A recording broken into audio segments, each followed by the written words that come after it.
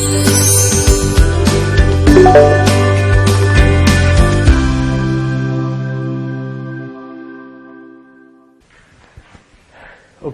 अब आता है जीपी, जियोमेट्रिकल प्रोग्रेशन। ठीक है, जियोमेट्रिकल प्रोग्रेशन क्या होती है? मल्टीप्लाई वाली सीरीज होती है। जैसे पहली टर्म ए है तो दूसरी टर्म ए इंटू आर होगी, तीसरी term A into R square होगी, fourth term A into R cube होगी। यानी कि हर टर्म में हम किसकी मल्टीप्लाई करते जा रहे हैं? आर की। ठीक है, तो आर को बोलते हैं कॉमन रेशियो।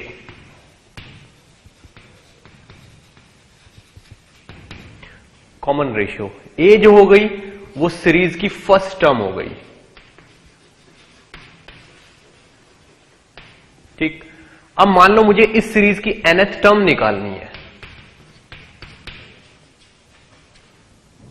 ठीक है, nth टर्म का फॉर्मूला हो जाएगा आपका a इंटू आर की पावर n माइनस 1। ठीक है ना। फॉर एग्जाम्पल सीरीज है आपके पास 2, 6, 18, 54 एंड सो ऑन। ठीक है ना, ये एक सीरीज है। इसमें a की वैल्यू तो 2 हो गई और r की वैल्यू यहां पे कितनी दिख रही है आपको? 3। r की वैल्यू कितनी दिख रही है? 3। आप देखो 2 में 3 की मल्टीप्लाई करके 6 आता है, 6 में 3 की मल्टीप्लाई करके 18 आता है, 18 में 3 की मल्टीप्लाई करके 54 आता है एंड सो ऑन। आगे की बहुत सारी टर्म मिल सकती है हमको। तो यहां पे कॉमन रेशियो r है, फर्स्ट टर्म a है, nth टर्म ये है। मान लो मुझे यहां लिखी हुई चीज पता करनी है कि यहां पे लिखी हुई टर्म कितनी है, तो मैं इसमें वैल्यू रख दूंगा। तो a 1 2 3 4 फिफ्थ टर्म हो जाएगी आपकी 2 इंटू 3 की पावर 5 माइनस 1, यानी कि 2 इंटू 3 की पावर 4, जो कि 2 इंटू 3 की पावर 4 कितनी हो जाए? 3 इंटू 3 9 इंटू 3 27 इंटू 3 81, 81 इंटू 2 कितना हो गया? 162। तो ये आपकी फिफ्थ टर्म हो गई, nth टर्म। अब एक फॉर्मूला सम का भी होता है, क्योंकि सीरीज के हमको सम की भी जरूरत पड़ेगी। ठीक है ना।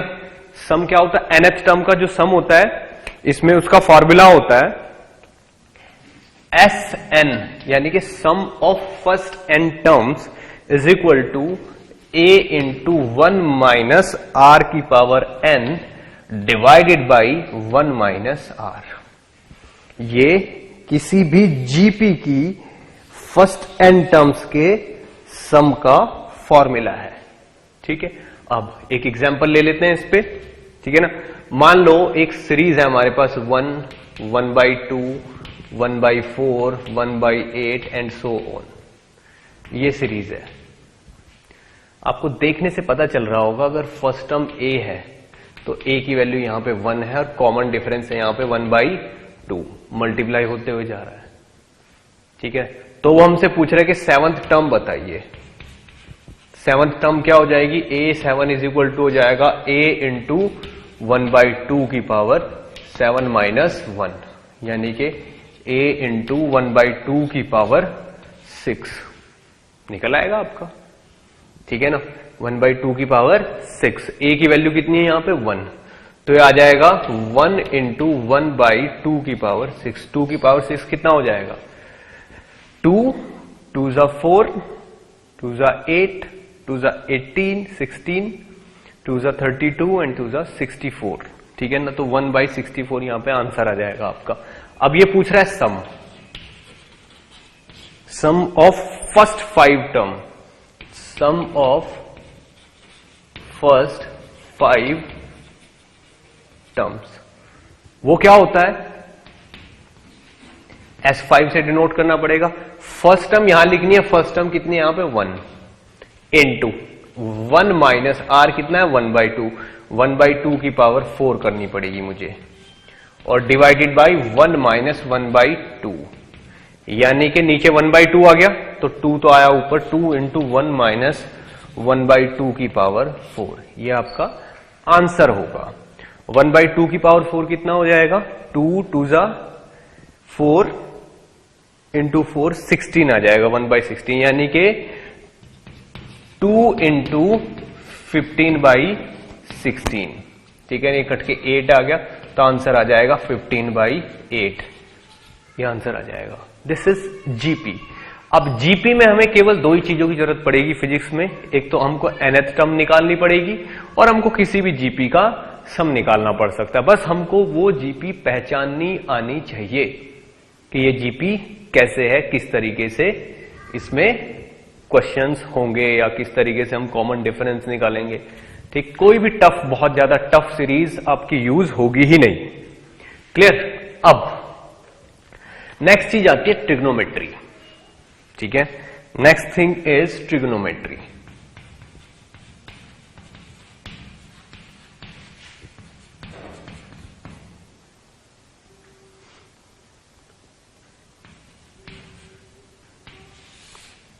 ठीक है ना, ट्रिग्नोमेट्री। अब ट्रिग्नोमेट्री क्या है, मुझे ट्रिग्नोमेट्री का बहुत बेसिक समझाना है। अभी तक यहां पे क्या हुआ, एलजेब्रा। एलजेब्रा में जो जो चीजें हमें फिजिक्स में चाहिए थी वो मैंने एक्सप्लेन कर दी। अब देखिए ट्रिग्नोमेट्री। ट्रिग्नोमेट्री में क्या होगा, ट्रिग्नोमेट्री में सबसे बड़ी चीज होती है एंगल। आई होप एंगल सबको पता है। एंगल क्या है, angle is measure of change of direction.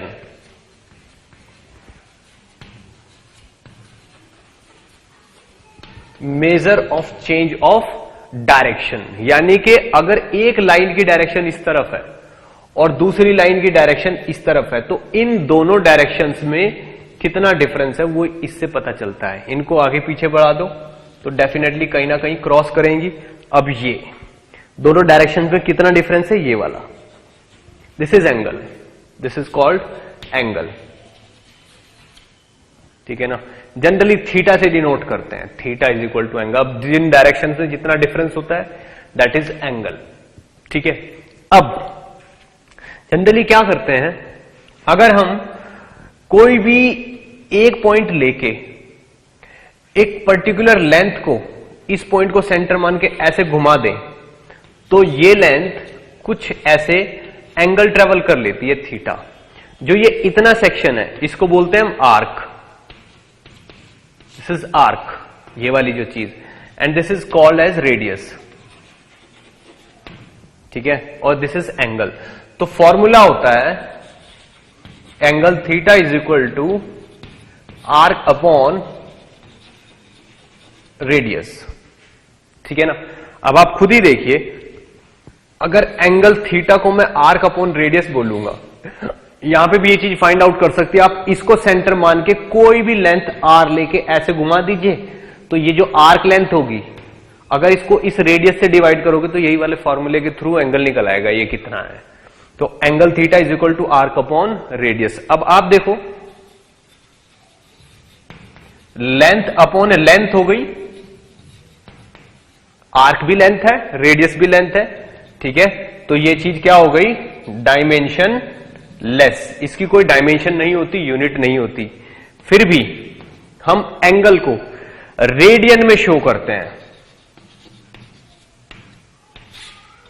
Unit होती है रेडियन, इसको इससे डिवाइड करके जो भी आएगा वो रेडियन में आएगा। क्लियर? इस चीज को अच्छे से नोट करिए। अभी मैं रेडियन को और एक्सप्लेन करता हूं किस तरीके से। ओके, तो यहां पे हमने अभी देखा कि रेडियन जो है वो एंगल का स्केल है जिस पे हम एंगल मेजर करते हैं। अब रेडियन को मुझे थोड़ा सा अच्छे तरीके से एक्सप्लेन करना पड़ेगा कि रेडियन है क्या। एक्चुअल में रेडियन एक साइंटिस्ट थे जिन्होंने इस एंगल सिस्टम को इन्वेंट किया हुआ है, इन्होंने स्टार्ट किया हुआ है, उन्हीं के नाम पे। देखिए रेडियन को किस तरीके से डिफाइन किया जाता है। रेडियन को एक्सप्लेन करने के लिए हमें एक टर्म की हेल्प लेनी पड़ती है जिसको हम बोलते हैं पाई, जिसको इस सिंबल से डिनोट किया जाता है, दिस इज पाई। ठीक है, अब पाई की वैल्यू अप्रोक्सीमेटली 22/7 भी होती है।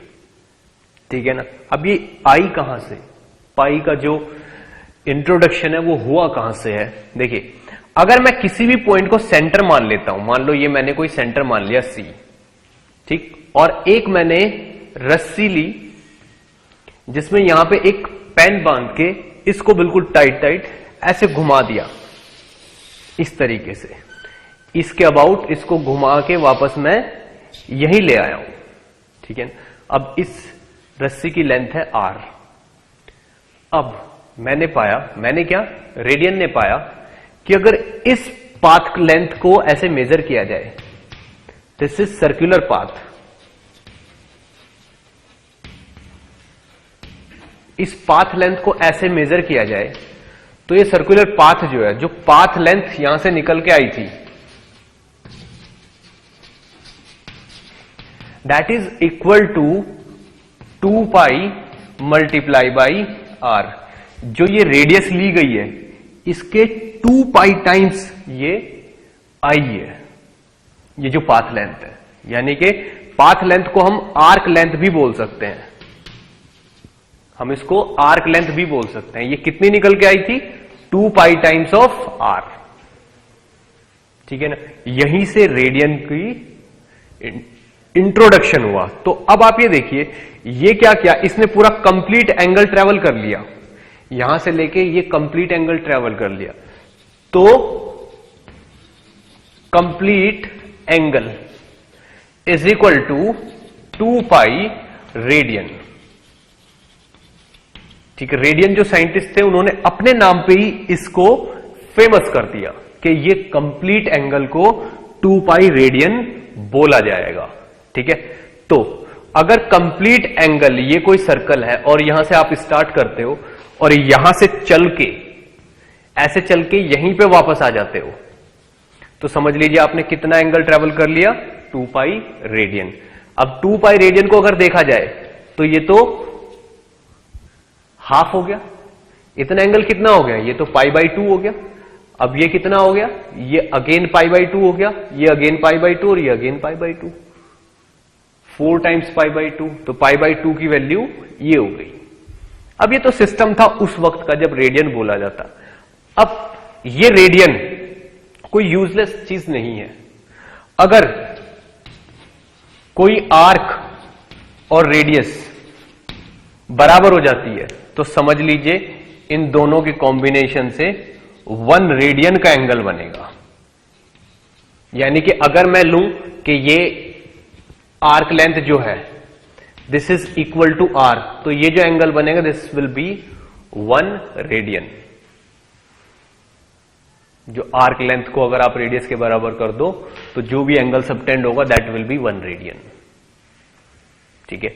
इसका मतलब ये पूरी जो आर्क लेंथ है, ठीक है ना, this is 2 times of pi radian के बराबर होती है। चलिए इसको अच्छे से नोट करिए, फिर हम अभी आगे बढ़ते हैं।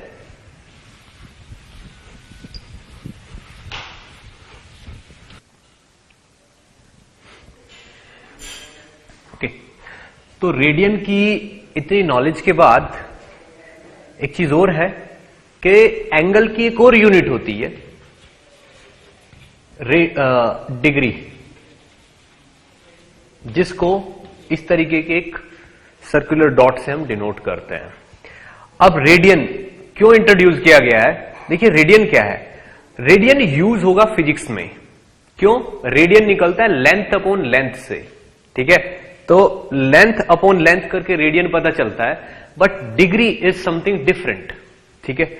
अब डिग्री क्या होता है, जैसे कंप्लीट एंगल, अगर मैं एक कंप्लीट एंगल की बात करूं तो वो वहां पे कितना था, 2 पाई। कंप्लीट एंगल का मतलब टोटल सर्कुलर, ठीक है ना, दैट वाज 2 पाई। अब अगर डिग्री में बात की जाए, ठीक है ना, ये किस में था, ये था रेडियन में, ठीक है। लेकिन यही चीज अगर डिग्री में की जाए तो इसको 360 डिग्री भी बोला गया है, ठीक है। तो 2 pi radian is equal to 360 degree. 2 pi radian is equal to 360 degree, ठीक है ना। तो 1 रेडियन इज इक्वल टू हो गया 360 ओवर 2 पाई, यानी के 180 बाई पाई डिग्री, ठीक है ना। या ये भी कह सकते हैं आप कि 1 degree is equal to pi by 180 radian. ये रिलेशन भी यूज होगा बहुत ज्यादा बार आगे। तो 1 degree is equal to pi by 180 radian, 360 degree is equal to 2 pi radian. अब आप ये देखिए यहां पे अगर मैं डिग्री की बात करूं तो pi by 2 radian is equal to हो जाएगा 90 degree. 90 degree is equal to pi by 2 radian. किसी भी एंगल को रेडियन बदलने का फॉर्मूला ये रहा। इस तरीके से हम कर सकते हैं। अब मान लीजिए आपसे क्वेश्चन पूछा जाता है, ठीक है, क्या क्वेश्चन पूछा जाता है? A circular arc of length pi centimetre, यानी कि एक एग्जांपल समझ लीजिए इसको। इसने बोला है कि एक सर्कुलर आर्क है जिसकी लेंथ कितनी है? पाई सेंटीमीटर, ठीक है। अब find angle subtended bye it at the centre in radian and degree. Radius की वैल्यू कितनी है? 6 सेंटीमीटर। तो पूछ रहे हैं कि एंगल कितना होगा। सीधे सीधे पता है angle is equal to arc upon radius. Arc कितना है? पाई। रेडियस कितनी है? 6, ठीक है। आर्क लेंथ कितने है? पाई सेंटीमीटर। और रेडियस कितनी है? ये सेंटीमीटर से सेंटीमीटर कैंसिल, तो पाई बाई 6 रेडियन। इतना एंगल हो गया। अब यही सेम आर्क, ठीक है ना, अगर यही same arc radius is equal to 3 पे होता तो एंगल कितना निकलता? Pi centimetre divided by 3 centimetre, pi by 3 radian. Difference क्या आ रहा है? अगर रेडियस सेम आर्क है, ये आर्क समझ लीजिए, अगर मैं यहां पे लूं इसको, ठीक है, तो आप देखिए एंगल कितना बन रहा है। ये 6 सेंटीमीटर की रेडियस है। और अगर इसी आर्क से मैं 3 सेंटीमीटर का ये लूं तो एंगल बन रहा है ये 3 सेंटीमीटर है। तो this angle is pi by 3 and this angle is pi by 6। तो डिपेंड करता है कि आपने कौन सा यहां पे सेंटर लिया है, क्या रेडियस यूज की है। अगर रेडियस 3 यूज करोगे तो ये एंगल देगा यही आर्क सेम। आर्क की लेंथ दी गई है ये वाली, ठीक है ना, और आप ये करोगे तो एंगल देगा इतना। आर्क की लेंथ ये है 6 सेंटीमीटर। हो सकता है अब ये चीज अलग है। देखिए आर्क की लेंथ किस तरीके, आर्क कितना है। इस केस में आर्क ऐसे भी हो सकता है, ये यूं करके, थोड़ा सा यूं भी हो सकता है। आर्क लेंथ सेम उस पे मुझे नहीं बनाना चाहिए था, लेकिन फिर भी मैंने सेम पे बना दिया। एक्चुअल में हो सकता है आर्क डिफरेंट हो, ठीक है। तो यहां पे आर्क की लेंथ कितनी लेनी है? पाई सेंटीमीटर। तो डिपेंड करता है रेडियस कितनी है, उतना ही आपको एंगल अचीव हो जाएगा। क्लियर? इस चीज को बहुत अच्छे से नोट करिए, फिर हम थोड़ा और आगे बढ़ते हैं। ओके, एक एग्जांपल करते हैं हम इसी पे बेस्ड। देखिए क्या एग्जांपल है। एग्जाम्पल में बोला इसने the moons distance from earth is, moon की बात हो रही है अर्थ के साथ, कि मून से अर्थ की जो डिस्टेंस है दैट इज 3640 किलोमीटर्स, यानी कि 360,000 किलोमीटर्स डिस्टेंस है मून और अर्थ के बीच में, ठीक है। अब and its diameter subtend an angle of 42 minute.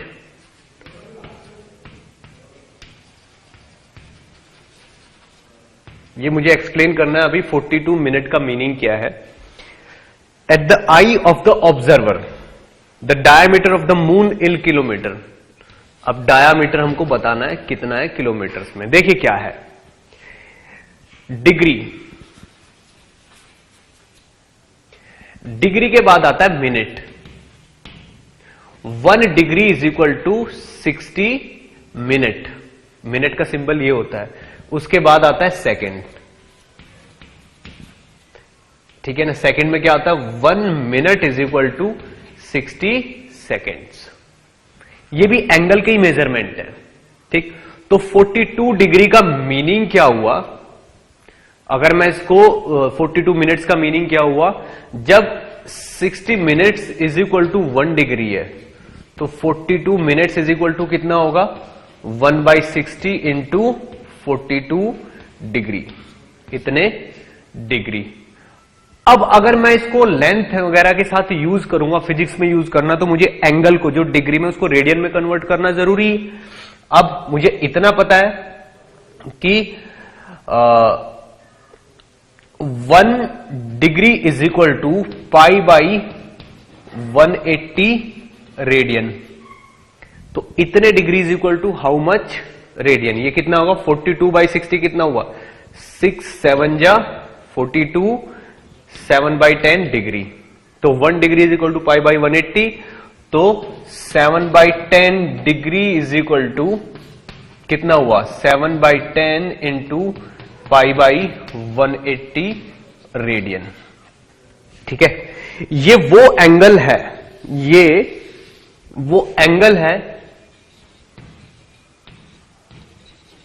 जो मून, ये तो अर्थ हुआ, ये अर्थ हुई, दिस इज अर्थ,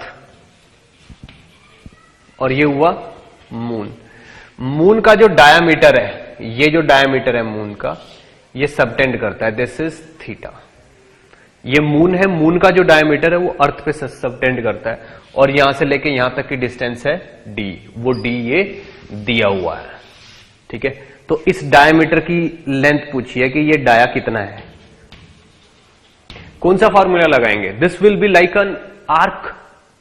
आर्क ये है, रेडियस ये है और एंगल ये है, तो theta is equal to arc upon radius. That means arc is equal to theta into radius, ठीक है। थीटा इंटू रेडियस का मीनिंग क्या हुआ यहां पे, ठीक है। देखिए थीटा इंटू रेडियस, थीटा कितना है 7/10, तो आर्क लेंथ कितनी हो गई, आर्क ही यहां पे डायमीटर है, इस चीज को हम आर्क मान सकते हैं। देखो अगर इसको सेंटर मान के इसको ऐसे किया जाए तो ये चीज आर्क हो जाती है, रेडियस हो जाती है। तो आर्क इज इक्वल टू कितना हो जाएगा, थीटा कितना है 7/10 इंटू π/180 मल्टीप्लाई बाई रेडियस कितनी है 360,000 किलोमीटर। तो ये टोटल जो आपका आंसर बनेगा ये आ जाएगा आपका 4400 kilometres. This will be dia of moon, ठीक है ना। ये मून का डायमीटर, मैं इसको एक बार समराइज कर देता हूं। देखिए क्या बोला है इसने, मून जो है अर्थ पे खड़े हुए, मान ली मैं अर्थ पे खड़ा हूं, मैं मून को देख रहा हूं, तो अर्थ पे खड़े हुए ऑब्जर्वर की आईज पे, अर्थ पे खड़े हुए ऑब्जर्वर की आईज पे मून एक एंगल सबटेंड करता है जिसकी वैल्यू कितनी है 42 मिनट।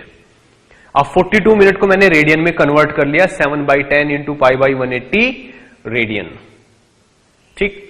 अब इतना जो एंगल सबटेंड किया गया है ये आई पे किया गया ऑब्जर्वर की, जो मून से कितनी डिस्टेंस पे है 360,000 किलोमीटर पे, ठीक है ना। अब जब एंगल बहुत स्मॉल होता है, ठीक है ना, ये क्या है बहुत स्मॉल एंगल हो गया, this is very small angle, ठीक है ना। जब एंगल बहुत स्मॉल होता है तो आर्क को स्ट्रेट लाइन माना जा सकता है। अगर ये एंगल बहुत ही स्मॉल, मान लो बहुत ही स्मॉल एंगल है, तो आर्क को स्ट्रेट लाइन माना जा सकता है। तो यहां पे arc length is equal to radius into angle, radius ये है, एंगल ये है, तो यहां से आर्क लेंथ निकल आई, और आर्क लेंथ ही हमारा रिक्वायर्ड आंसर भी है, ठीक है। इसको अच्छे से नोट करिए, फिर हम और आगे बढ़ते हैं।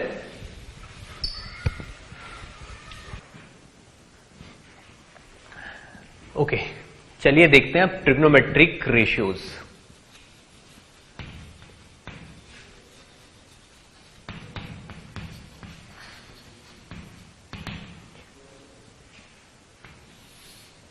Trigonometric ratio. देखिए ट्रिग्नोमेट्रिक रेशियो टर्म आई कहां से? ये टर्म एक राइट एंगल ट्रायंगल से आई है।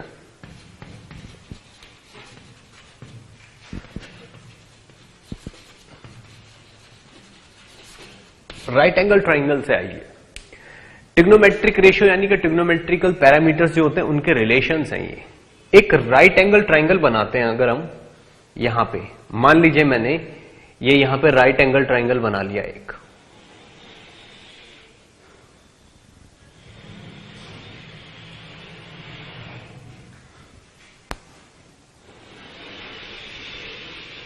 ये कोई राइट एंगल ट्रायंगल हो गया, ठीक है ना। ये वाला एंगल क्या हो गया? थीटा मान लीजिए।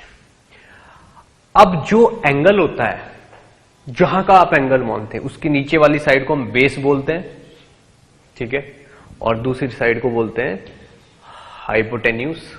ये जो सबसे बड़े वाली साइड होती है एच, और इसको बोलते हैं परपेंडिकुलर। परपेंडिकुलर क्या होता है?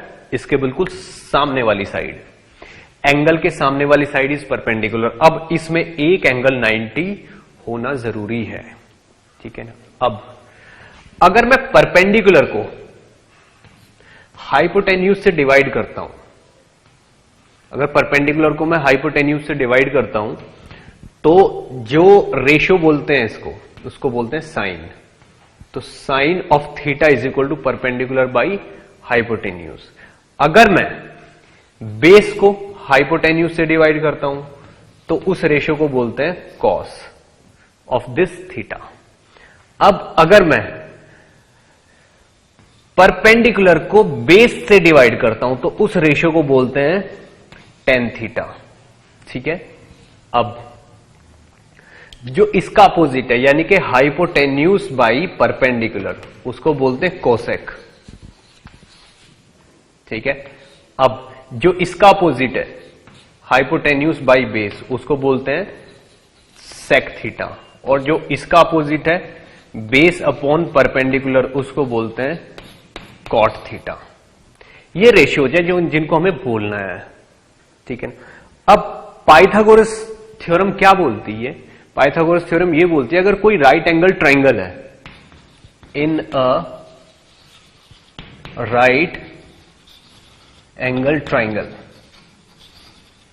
ठीक है, अगर आप बेस का स्क्वायर करोगे और परपेंडिकुलर का स्क्वायर करोगे, तो आपको ऑटोमेटिकली हाइपोटेन्यूस का स्क्वायर मिल जाएगा। This is Pythagoras theorem. अब ये रेशियोज और ये पाइथागोरस थ्योरम दोनों मिलके बहुत सारे फॉर्मूले प्रोड्यूस करते हैं, ठीक है ना। बहुत सारे ट्रिग्नोमेट्रिकल रिलेशंस प्रोड्यूस करते हैं। इस चीज को बहुत अच्छे से नोट करिए, ये बेसिक है। जितने भी फॉर्मूले मैं अभी एक्सप्लेन करूंगा उन सबका बेसिक यही है। इसको बहुत अच्छे से आप नोट करिए और याद रखिए। ये perpendicular, P is called as perpendicular,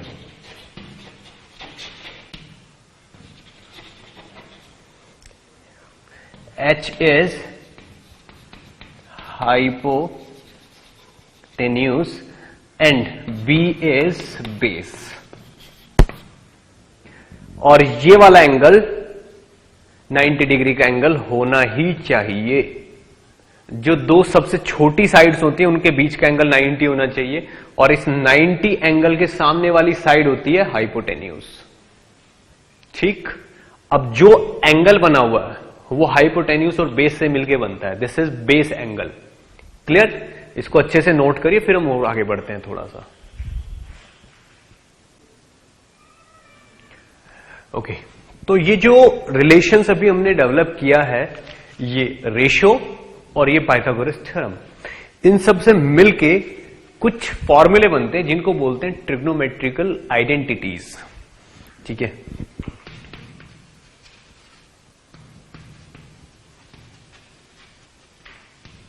trigonometrical identities,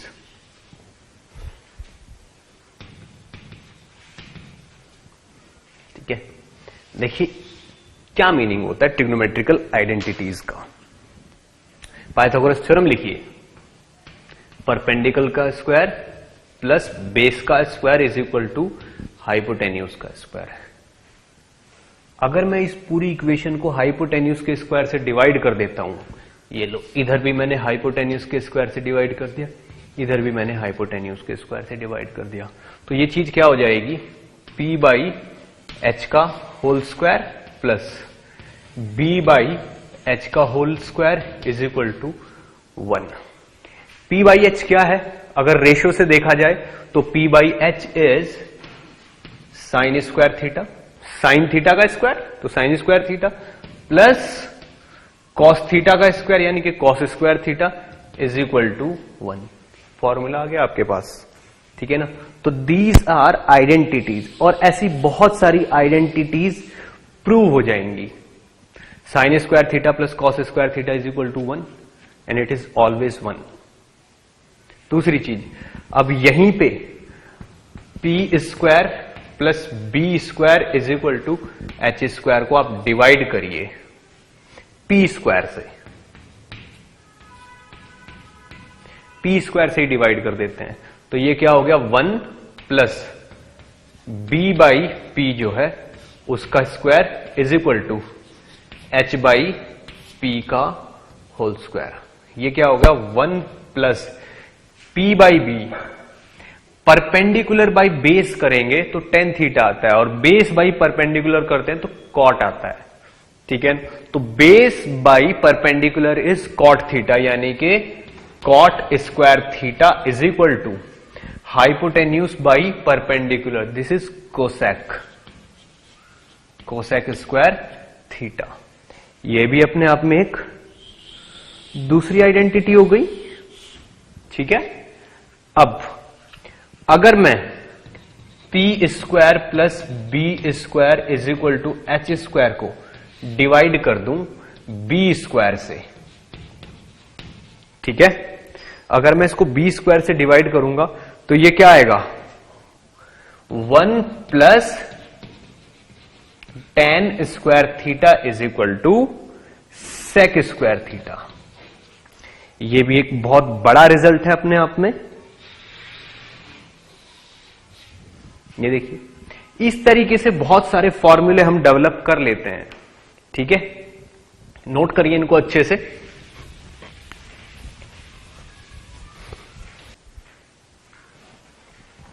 okay, तो मैंने आपको कुछ आइडेंटिटीज का बेसिक बताया कि इस तरीके से कि कुछ आइडेंटिटीज प्रूव हो जाती हैं, ठीक। हमें ये 3-4 फॉर्मूले याद रखने हैं, और एक ट्रिग्नोमेट्री के जितने फॉर्मूले उनकी लिस्ट यहां पे आपको प्रोवाइड की जाएगी। उन सारे फॉर्मूलाज को आपको याद रखना है। एचसीवी में भी दिए हुए हैं, हर बुक में ट्रिग्नोमेट्री के फॉर्मूले दिए हुए हैं जो फिजिक्स के लिए यूज होंगे, वो सारे आपको याद रखने हैं। अब कुछ वैल्यूज हैं बहुत ही कॉमन है, कॉमनली यूज्ड वैल्यूज, जो ट्रिग्नोमेट्री की कुछ वैल्यूज हैं जो कॉमनली यूज की जा सकती हैं। Sine theta, cos theta, tan theta, मान लीजिए कुछ सबसे ज्यादा यूज होता है 30 डिग्री, ठीक है। उसके बाद यूज होता है 45 डिग्री, ठीक है। 0 डिग्री का भी बहुत बड़ा यूज है। इसके बाद यूज होता है 60 डिग्री, और फिर यूज होता है 90 डिग्री एंड सो ऑन, आगे तक के यूज होते हैं, ठीक है ना। अब मान लीजिए मुझे साइन में वैल्यू चाहिए 0 डिग्री की, तो इसके लिए क्या करना होता है, एक इस टाइप से टेबल बनाते हैं, या तो इनको याद रख लीजिए या फिर इस तरीके से याद रख लीजिए, लिखते चले जाइए 1 2 3 4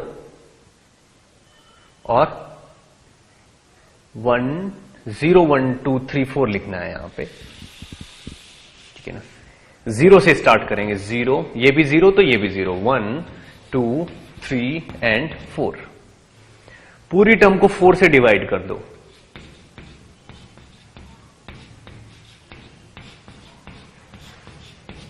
ठीक है, और उसके बाद सबका अंडर रूट ले लो।